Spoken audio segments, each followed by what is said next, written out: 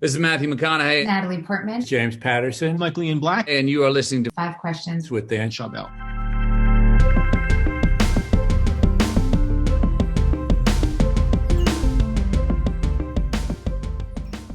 Welcome to Five Questions, Priyanka. Thank you so much for having me, Dan. I'm so excited to be here. So you and I were both bullied in Newton, Massachusetts high schools, except you dealt with racism there. You were in Newton North, I was in Newton South. I really hated the experience, to be honest. Shut the front door. Really? really hated it. So how did you... Oh my God, what a small world. Was it a Newton thing? I don't know. It could be just a high school thing, but Newton, especially where I went, lack of diversity, cliques. So that's pretty common across high schools. So it could have happened to you at other high schools, and it could have definitely happened to me at other high schools as well. I mean, I agree. I feel like I was in 3 other high schools in America, and I could have sort of got away with it unscathed. And, didn't really, I think I was maybe dealing with, coming to terms with being a teenager in high school, and high school's tough anyway. But this was just a very visceral experience that I couldn't seem to shake off. Like I couldn't seem to brush it off, and that's crazy. It's like, the school now, Newton North, has been razed to the ground and a new building has come up. So it was kind of crazy when that was happening. I call it the country club. So my first question to you is, how did you regain your confidence after this experience? Well, I left. I was one of the few privileged people to be on the side of bullying, to be able to, have somewhere to go. And, I called my mom and I was like, I'm coming back to India. I don't want to do this right anymore. And I left. But I know that there are so many kids in situations and people in situations where they don't have the ability to just extract themselves or separate and sort of have to live with, situations which are uncomfortable, and very bullying is just a terrible thing. It's an abuse of power, and it happens in every field and it happens in every space. And as a teenager, it just sort of affects you a lot more. The only way I could probably get over that was because I was surrounded by so much love and affection when I went back home and with my family. And, they always treated me with a sense of confidence. So I sort of regained my confidence in my sense of self, being around people that love me.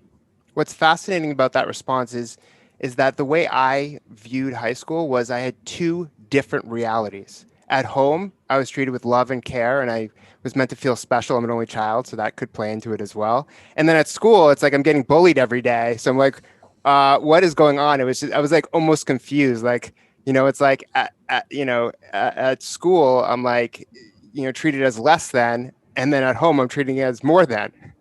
So I think that seems to be like what you had in terms of with your family versus, in high school. But I also feel like that's sort of adult life in a way, of, what really is your real life, which is, and your work life. And I think that high school experience sort of teaches you compartmentalization, which has been really, really helpful to me to maintain my sanity.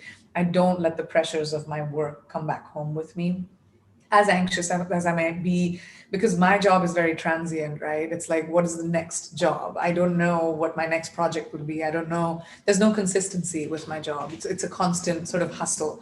And within that, it's really easy to bring back home the pressures of, oh my gosh, something was not successful. What am I going to do in the next one? It's easy to do that. But I learned, and this was not something I knew in my 20s, but it took me to getting my 30s to kind of understand that, it's important to shut the door of at work and the pressures that come along with it, and come home to what is really important, which is your family, your friends, what you're having for dinner, and like feeding your soul a little bit. And it is something that I learned later, but I'm really grateful to be able to compartmentalize, because then I'm so much more productive in both places. I love that, and I really agree. And speaking of your memoir, which I have right here, this beautiful book, congratulations. Thank you so much. When you talk about your insecurities in the book, you state the worst thing to do is to feel sad alone. What do you recommend to people who are suffering from mental health issues right now, but don't know where to go or what to do? I think a lot of that comes from a sense of embarrassment and shame that has been sort of stigmatized with, you know, having mental health issues, which I can't comment on because I've never experienced it clinically. But what I can talk about is a sense of feeling sad and depressed and alone and isolated, especially at a time right now. I can definitely speak to that. And I truly believe that finding someone, whoever is in your corner, whoever your person is, your sister, your parents, your best friend, but when you talk about something that is making you feel sad and bogged down, then it takes away the power of that thing.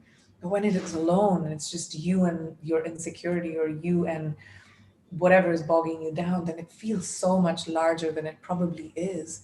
And it's always worked for me when I've like found someone, my best friend, my husband, my mom, someone like I feel like I can talk about what I'm feeling.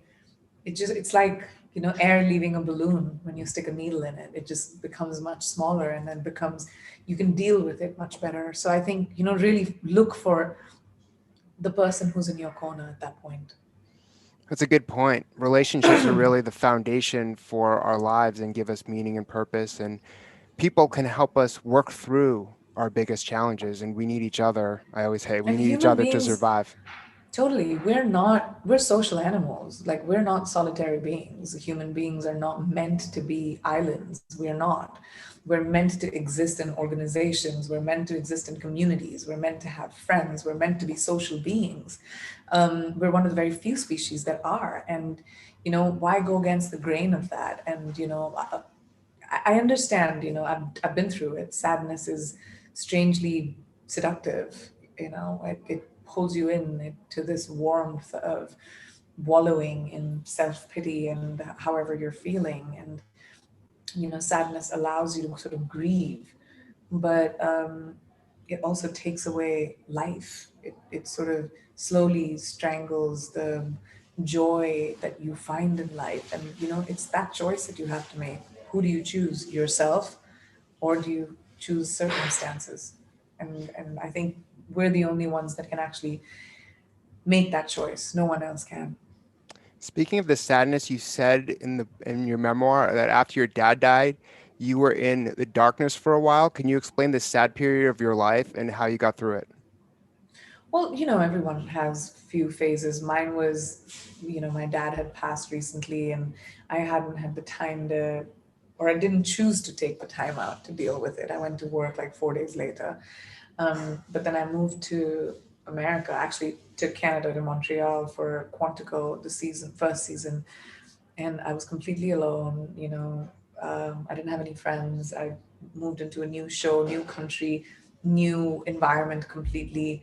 I just broken up from a long relationship. I just started dealing with the loss of my father because I was isolated, and just all of it came tumbling down on me. And I felt extremely alone, and chose to be extremely alone. Would go back home alone, but didn't want to hang out with people, didn't want to engage in conversation. And I allowed myself to feel that way and indulge in that for a good, like, 2 years, I would say, a year, 2 years, till I started feeling like everything that I'd worked for, my job, was at stake. I was distracted, I couldn't focus, and I had built this career on my back with such an effort, with so many sacrifices, that I was not going to let that feeling take it away from me. And, that really was the impetus for me choosing myself. And I started making small, tangible changes, instead of the routine of sorrow, which is usually your favorite couch or your favorite drink or your favorite food, or, the things that we do, or your favorite show, to sort of get over, be comfortable. I started changing that. Like, I wouldn't sit on that couch and go to the kitchen, or I wouldn't, do what you're used to. That really made a big difference. Even if I wanted to tell my friends, no, I want to stay in bed and watch TV, I would make the effort to go out and meet people. I would make the effort to meet friends that I knew just cared. And sometimes it doesn't have to be deep. You don't have to meet someone to pull you out of it. You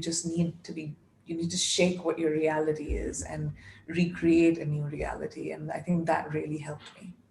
Yeah, and people fear change, but it is something like that situation with your dad dying that spurred that change. And it's very commendable that you were able to kind of recover from it and figure out a new path forward. So, I I think I definitely think that it's a great thing. I think I also realized that how can we be afraid of change? Change is the most constant thing in life. What you are today is not the man you were 2 days ago. Forget 2 years ago. What I am right now is not the person I was just a few hours ago. So, we are always changing. How can we be afraid of it? As soon as we embrace it, as soon as we see it as a sense of adventure instead of fear, I think it just lends such an excitement to life. Yeah, life is definitely a journey, and you've had a remarkable journey in the entertainment world. What would you say the biggest obstacle you faced during your 20-year Hollywood career is, and how did you overcome it? I think the biggest obstacle has been to constantly evolve. It's not just a Hollywood thing. It really is an ambition thing for anyone who's ambitious and wants to find a sense of purpose outside of, life. It's evolution because, once you find the safe space and you kind of exist in that, you start to become a plateau and you start becoming stagnant. That's always been my not my struggle, but my challenge to myself. I always think of what's the next thing I want to do, and I learned that very early in my career.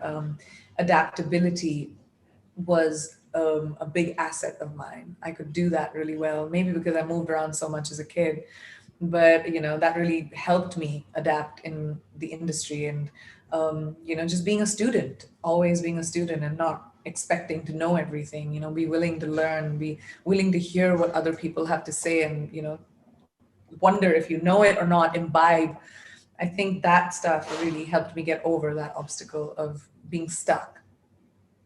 Yeah, it makes perfect sense. Is change is a good thing. It's not a bad thing. We shouldn't fear it. It's room for growth. And for you, every new role, in a sense, is a new challenge. And, you're probably the type of person that I've seen, over the past years that you'll take a role potentially because it's more challenging, and that will help advance your skills as an actress and an entertainer as well. It really is like a video game, my job. Every Leveling up. year, yeah, every year is leveling up. Is like, okay, what are the superpowers that I can grab along the way and keep in my backpack, and what can I unleash at some point? And like I've been hanging out with just to sharpen my business acumen. I've been speaking to a lot of people, a lot of friends of mine who are into business. And now finally I founded my own brand. It took me 10 years to do it, but I did. So it's like always like grabbing, it's really like a video game. You have to be like, all right, I'm leveling up. You scan, lay of the land. You have to figure out what's good for you, where the enemy is coming from. The only difference from a video game, though, is this thing is for life, right? Especially Yeah, if you found, you like, I want can't. to do what I do for life. I assume that this is what you want to do for life, and you might iterate on it and do more or less of it as grow in your career. But it just seems that, 20 years doing something, you found what you want. I've personally found what I want. Now it's about sustainability, challenging, myself and being relevant in the field. So I think that's so important. And what's your best piece of career advice? I was just going to say that my best piece of career advice is not to be stuck to the thing you think you found. To be open to change, to be open to flux. The entertainment business is based on taste and opinions, and those change every couple of years. And we have to be able to, especially in the entertainment business, learn to adapt to new things. I when I first joined, I was 17 years old. I have seen contact sheets of film, of my pictures being in like literally film, being shot on film. And I've seen the evolution of that into digital. I've seen the evolution of that now into special effects, into what green screen used to be, and now where SFX have arrived, So evolution of entertainment has changed so much, from theatrical to being able to watch the newest movie in your drawing room. And we all have to adapt to that. And that's what I think the best career advice I've ever got is to be open to adapting and learning at anything that's thrown at you, instead of being afraid of losing what you have. That's such a great piece of advice, especially because in today's world, no one could have predicted COVID. You can't predict how things are going to play out, but you can, see new trends and evolve, And you know, from react big movie well. screens to streaming. And you just kind of, react and change along with that and grow your skill set. And everyone has to do it. It's not just in entertainment, Absolutely. right? Your restaurant got shut down. Now what? It's like Yeah. we all have to figure out how to push through and persevere. And I think that as humans, that instinctively, that's what we do, whether we I fear mean, that change or resilience not. is such a great part of the human trait. We are very resilient, and this last year has really shown us that. That I've seen communities come together, people come together, humanity showing the best and worst of itself. But I choose to focus on the best. But we are resilient. Look at us doing a book tour virtually. I was really thinking about it actually today when the last, I think, pandemic happened with I think the influenza flu hundreds of years ago. They were proper lockdown. They did not have Netflix and Amazon. They did not have, Zoom to be able to connect with people. They could write letters. That's it. We're so blessed to be able to have the resilience that humanity has shown us by, finding a way. So I'd like to celebrate that. Yeah. And I mean, part of what I do, I'm a researcher and I focus on economic, micro and macro trends. And what I always tell people is, you know, 20, 30, 40 years ago, the unemployment rate would be so much greater during a pandemic like this. Now we have the technology that enables us to work remote. Like So truly, a I mean, percentage of the economy is yeah. saved because of technology. Absolutely. To be able to go back to work and make movies because people were consuming movies so much was part of my job. And I'm sure same for you. People were consuming, your show so much because everyone was at home, and that lent us to adapt and create and go to work. And I'm so grateful to be able to be at work at a time when I know a lot of people aren't being able to do that. I really appreciated this conversation and thank you so much for being on the show. Thank you so much for having me, Dan. This was so good.